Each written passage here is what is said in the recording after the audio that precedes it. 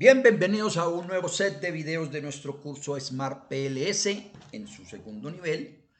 Sin embargo, vamos a conversar algo sobre lo que podemos sugerir como protocolo, como guía de llevar un estudio de ecuaciones estructurales con la técnica PLS. En pantalla un dibujo de los que hemos trabajado de reputación corporativa. También en ese mismo archivo ha servido para mostrar temas del EIMOS, lo que implica que una base de datos puede manejarse con 2, 3 o más software. La situación vuelve a estar en qué es lo que pretendemos. Aquí voy a avanzar y ya les dice quién les habla. Aquí está. Les habla León Darío Lloparia, su tutor. Y ya renové la foto porque ya me han dicho que la otra estaba muy antigua. Bueno, avancemos. Útil mencionar que en la técnica PLS, mínimos cuadrados parciales, se considera una técnica con fines exploratorios. En los de covarianzas se ha considerado confirmatorio. Sin embargo, a mi modo de ver y en el transcurrir del tiempo, creo que se van las unas como esta tirando también a confirmar, y las confirmatorias que leímos entre ellos también se podía pensar en explorar. Es decir, hay digamos, una recta entre dos puntos y el uno tira más a explorar como este, el otro tira más a confirmar como el Leimos y otros, pero también es cierto que nos podemos mover en esa línea, dependiendo del tema. Sin embargo, esto es lo que nos dice más hoy por hoy todavía la parte conceptual de muchos de los expertos. El primer paso que sugerimos, bueno, y que es la dinámica que se da, construir el gráfico SEM, acorde con lo definido por los investigadores. Por eso lo cito de primero, los investigadores. Y sustentado en el marco teórico del tema que se tenga. Pero insisto, si está pintado más a la exploración, podríamos darle un mayor peso a ese concepto de investigadores, que son los que pueden definir cuáles serían las relaciones entre las variables o dimensiones que se tengan. No obstante, pues también el marco teórico seguirá siendo importante, bien para tomar decisiones de las relaciones o para descartarlas también. Bueno, el gráfico en este software del SMART, que es el que tenemos definido, nos sirve para validar las características de las diferentes escalas y validar hipótesis. Debí haber aclarado y colocado también, pero lo digo en este instante, el tema de la predicción es supremamente importante en el tema PLS. Las diferentes escalas entonces se requieren validar en cualquier técnica, bien de covarianzas o bien de PLS. Conversemos ahora del modelo Outlier, que es lo mismo que el modelo externo o el modelo de medida. Aquí en este lenguaje más usual es este, pero el Outlier, pero definitivamente es similar al modelo de medida en el otro contexto. Después del gráfico toca determinar la pertinencia de los constructos, igualito que el otro, siguiendo el planteamiento de Herr, en este caso. Vamos a seguirlo o a tomar en cuenta esos lineamientos. Adicioné esta pantalla. Dice la opción tetrad. Ya nosotros la trabajamos en el curso, pero dándole un hilo conductor de dónde o por qué la necesitamos, si es que se necesita. Esta, verificar si los factores son reflectivos o no. La técnica consiste, o el procedimiento consiste en considerar correlación entre los ítems. ¿Qué pasa? Este es solo cuando se tiene duda sobre la clasificación del factor, en cuanto a reflectivo o no. Me explico. Nosotros estamos enseñados a trabajar escalas Likert en este esquema, aunque pueden ser de otro estilo, eso es claro. Pero en las escalas Likert se redactan enunciados. Nosotros como asesores, profesores, nos toca apoyar esa redacción en muchos casos. En la gran mayoría me parece, o al menos es el mío, ya vienen los instrumentos creados, ya están construidos. Por lo tanto, toca mirar en detalle qué tipo de factor es, cómo fue redactado, si es reflectivo o no. Porque un mismo tema o una misma variable se puede redactar en los dos sentidos, formativo y reflectivo, tema que ya hemos abordado en otros videos previos. Ahora, cuando hay dudas, esta es la función que nos sirve para, al menos desde lo estadístico, ayudarnos a dilucidar esa inquietud o esa duda. La mayoría de veces no se da, pues mejor. Pero si tuviésemos el problema, esta es una de las funciones que vimos y sirve para ello. Veamos entonces qué pasa con los modelos reflectivos. Modelos reflectivos, sabemos bien, son aquellos que donde la variable latente o factor o intangible impacta sus correspondientes ítems. Por eso salen las flechas de la bolita hacia las preguntas de la encuesta o del instrumento. Ese tiene este esquema. Ese es un modelo reflectivo. No sobra hacer analogías o comparaciones con los de la covarianza y específicamente con el EIMOS, donde todas funcionan reflectivos. Aquí una de las diferencias es que tenemos reflectivos y formativos. Pues bien, este es el esquema reflectivo. ¿Y qué hacemos primero? Igual que en los otros, determinar la fiabilidad y validez de constructo. Tienen los mismos linderos, .70 para las fiabilidades, el ABE, que es la varianza media extraída, que nos ayuda para definir la validez convergente, es la misma, varianza media, con valores superiores a 0.5, y nos plantean en el SMART, les subrayo o les sombreo dónde está la opción, después de ejecutar el amigo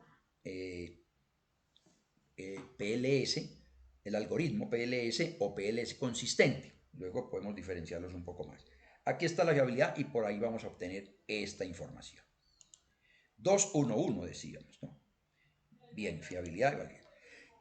Traje en esta oportunidad la fórmula solo para tratar de observar la mínima diferencia que hay, bueno, mínima, es un decir, pero tiene los mismos componentes que la ABE.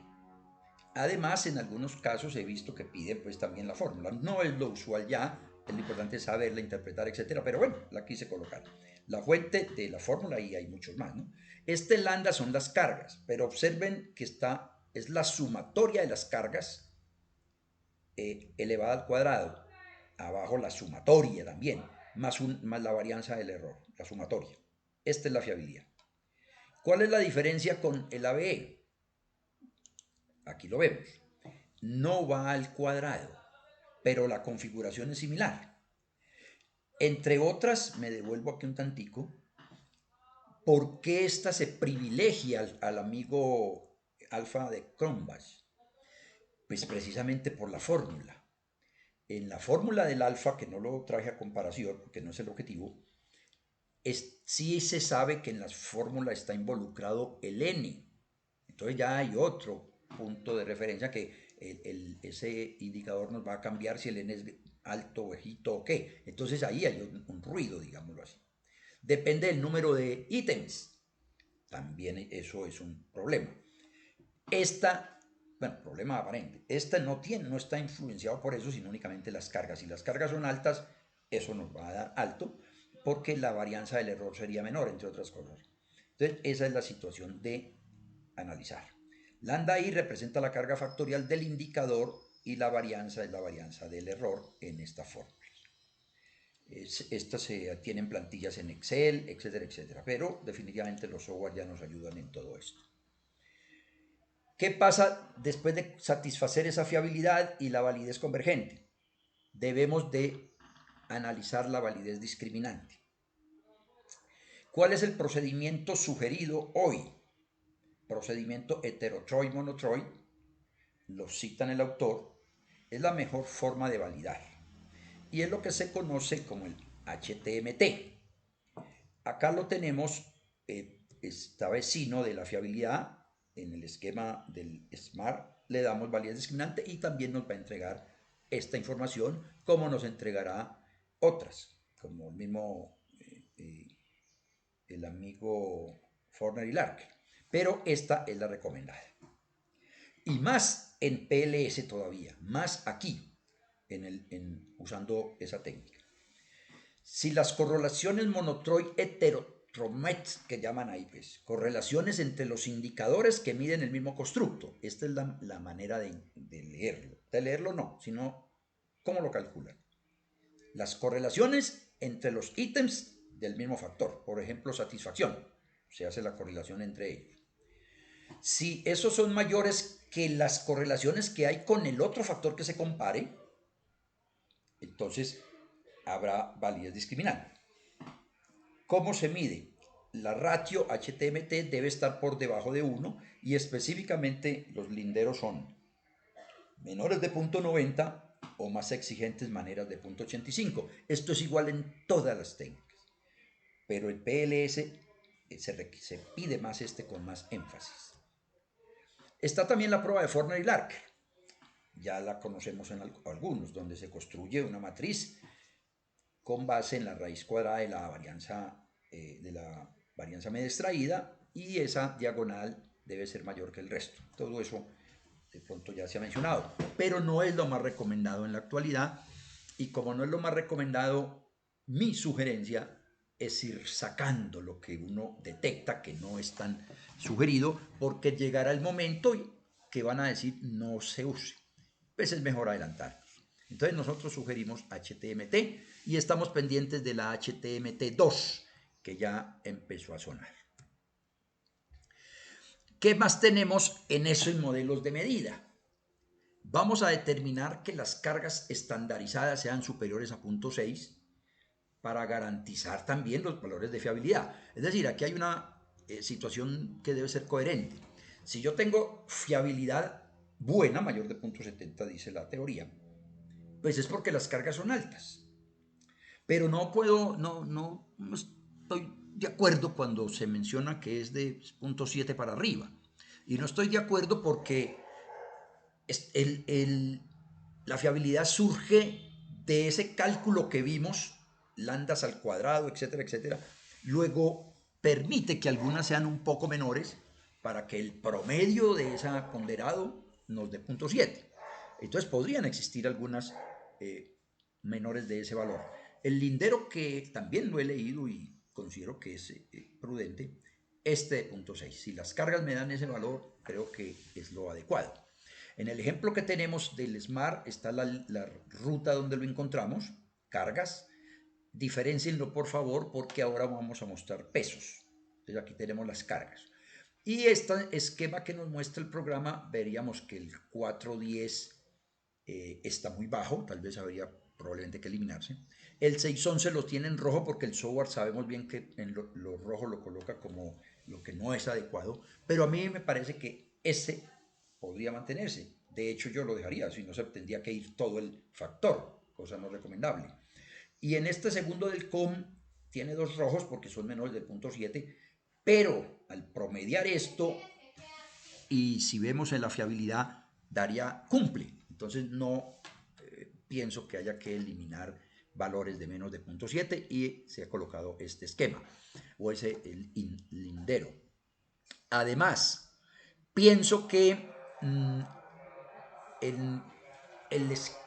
digamos que el contexto general del uso del PLS está en estudios exploratorios. Y en estudios exploratorios no debemos usar, a mi modo de ver, los mismos límites que nos ponen para confirmatorios, porque el confirmatorio ya se tiene un recorrido. Por lo tanto, hay que ser más flexible a mi modo de ver. Bien, dejamos este pedacito acá para continuar en otro video.